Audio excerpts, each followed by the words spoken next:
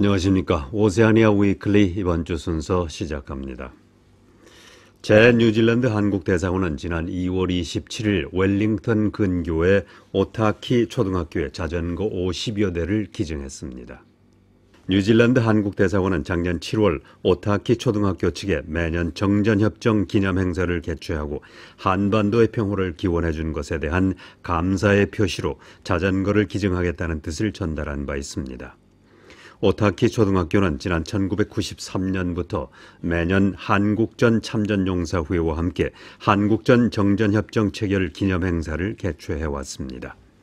오타키 초등학교 측은 지역사회 지원을 받아 자전거 트랙과 보관소 건설 비용을 마련했고 한국대사관은 자전거 50여 대를 학교 측에 기증했습니다. 여승배 한국대사는 학생들에게 자전거를 선물하면서 한국과 오타키 초등학교, 나아가 한류 간 우정이 더욱 깊어지기를 희망한다고 말했습니다. 한류문화원은 해외동포 책보내기 운동협의회의 손석우 이사장으로부터 개량 한복 상위 32벌을 기증받았습니다. 이영희 한복에서 제작한 이 개량 한복을 기증받은 한류문화원은 이 한복을 필요로 하는 사람에게 일부 나누어주고 일부는 각종 문화 행사 시 사용하기로 했습니다. 해외동포 책보내기 운동협의회는 책 이외에도 한복 등 해외에서 문화 행사에 필요한 물품을 기증하고 있는데 이번 한복은 손석우 이사장과 이영호 전북국제교류센터장이 직접 전달해 주었습니다. 한복을 전달한 후 마포 나루터 식당에 박영숙 대표가 저녁을 초대해 훈훈한 자리를 마련해 주었습니다. 박영숙 대표는 자신은 한강 밤섬에서 태어나 평생을 마포에서 식당을 하면서 정직한 맛으로 승부하는 식당이라고 소개했습니다. 한국 대통령 특보인 문정인 씨의 특강이 오는 17일 오후 4시 오클랜드 대학 오주지 빌딩 강의실에서 있습니다. 이번 특강의 주제는 하노이 정상회담과 한반도 평화라는 제목으로 진행됩니다. 문정인 특보는 연세대 철학과를 졸업하고 미국 메릴랜드 대학교 대학원에서 정치학 박사학위를 받았습니다. 문정인 특보는 현재 연세대학교 명예특임 교수와 대통령 비서실 통일외교안보 특보로 일하고 있습니다. 문정인 특보는 17일 오클랜드 대학에서 특강을 하고 다음 날인 18일에는 오클랜드 분관에서 기자회견을 할 계획으로 있습니다. 필고프 오클랜드 시장이 다음 시장 선거에 출마한다고 발표했습니다. 필고프 시장은 다음 시장 선거에서 재선되면 오클랜드의 미래를 위한 자신의 계획을 차질 없이 밀고 나갈 수 있을 것이라고 말했습니다. 3일 오후 마운트 로스킬 전쟁기념관에서 있은 오클랜드의 미래를 위한 설계라는 제목의 강연을 통해 불필요한 세금 인상을 막아나가겠다고 말하고 오클랜드가 직면하고 있는 교통, 주택, 환경, 지역사회 개발 문제 등에 대한 자신의 계획을 발표했습니다. 필고프 시장은 또 자신이 3년 전에 약속했던 대로 인프라 개발을 위해 사상 최대 규모인 262억 달러를 교통, 주택 그리고 환경 문제 개선을 위해 투자하게 됐다고 밝혔습니다. I'm asking you to join with me to work together to continue building Auckland's future. Thank you very much for coming along today. Thank you very much. 오클랜드 시장 선거는 오는 10월에 이루어지는데 전 국회의원인 존 타미헤레와 전 시장 후보였던 존 팔리노도 시장 후보로 나올 것으로 보입니다. 오클랜드 한인회가 주최한 3.1절 기념식이 1일 오후 4시 30분 오클랜드 한인회관에서 열렸습니다. 이날 기념식에서는 독립운동을 주도한 분들을 소개하는 순서와 박세태 한인회장의 기념사, 홍백관 총영사의 대통령 경축사 대독, 유승재 한민족 한글학교 BOT 의장의 독립선언문 낭독이 있었습니다. 이어서 한일수 박사의 특강 3.1절 영상과 조이풀 오케스트라의 연주에 맞춰 일제시대 애국가 재창 등의 순서로 진행됐습니다.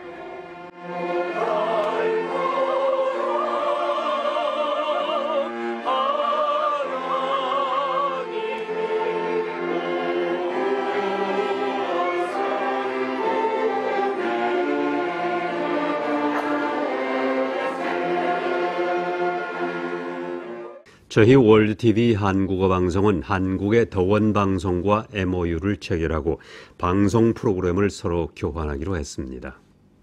이번에는 더원방송이 보내온 소식으로 이재정 경기도 교육감이 고등학교 무상교육 재원 마련을 위한 입법을 촉구했다는 내용입니다. 전해드리겠습니다. 한 주간 간추린 영상 소식, 이번 주에는 어떤 소식들이 올라와 있을까요? 김정순 기자가 전합니다. 지방교육재정교부금 증액과 누리과정도 전액 정부가 부담해야 한다는 입장을 표명한 이 경기도 교육감.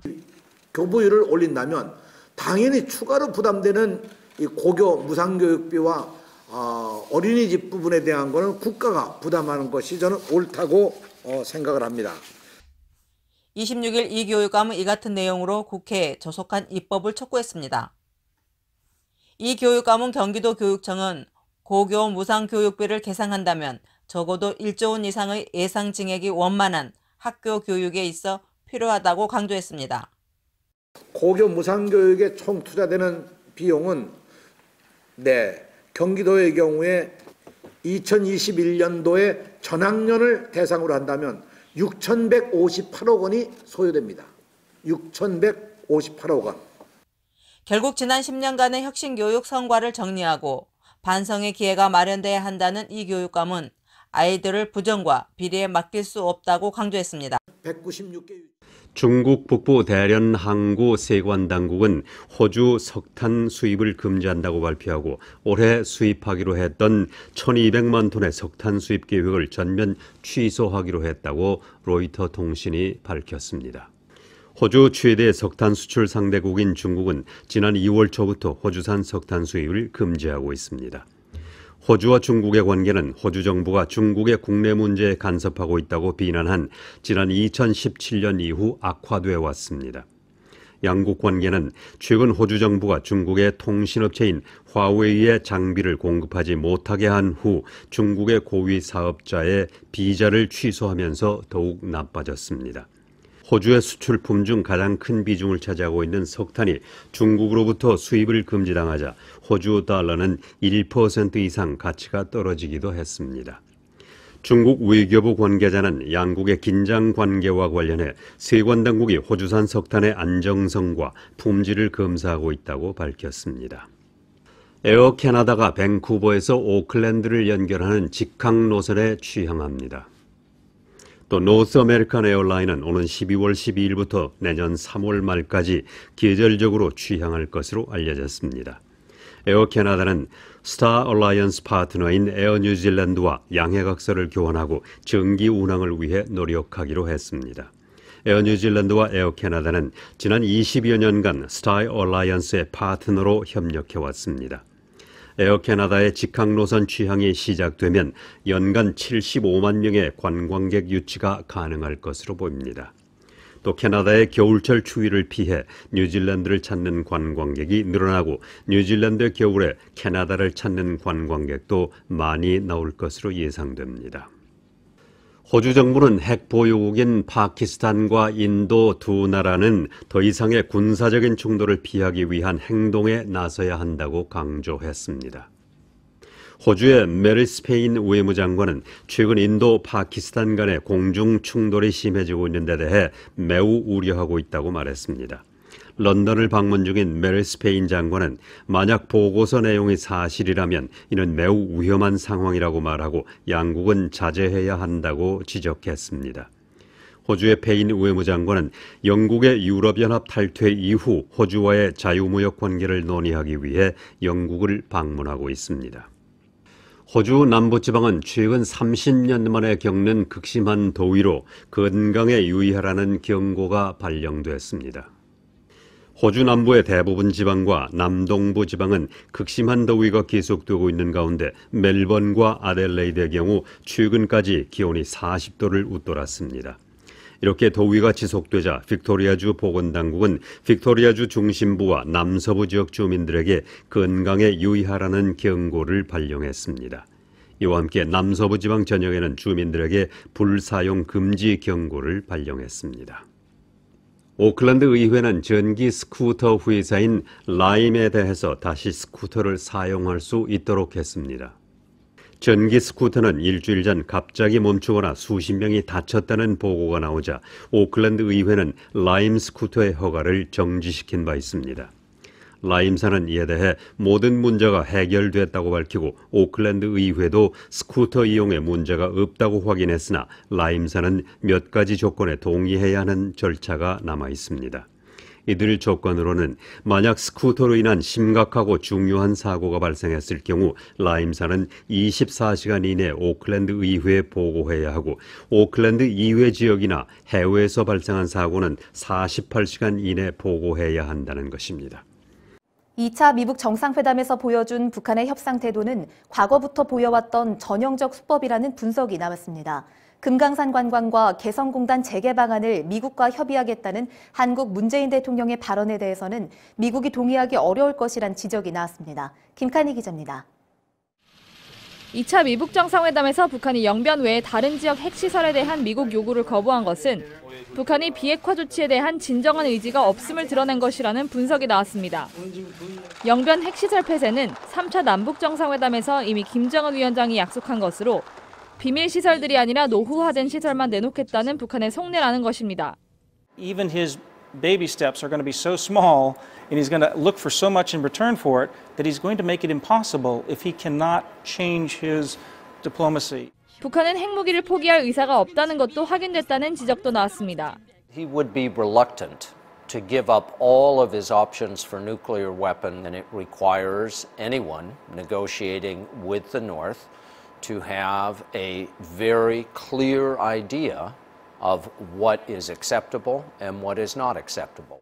합의 결렬 뒤 한국 문재인 대통령의 금강산 관광과 개성공단 재개 방안에 대한 미국과 협의 발언에 대해서는 비핵화 조치 없이 북한에 돈을 벌어주는 사업에 미국이 동의하지 않을 것이라는 분석이 나옵니다. Of course, they would like to see them resume. They are just a couple of things on the very long list that both North Korea and the United States have for these negotiations. 남북 경제 협력은 비핵화 조치가 있을 때까지 기다려야 한다는 지적도 있습니다.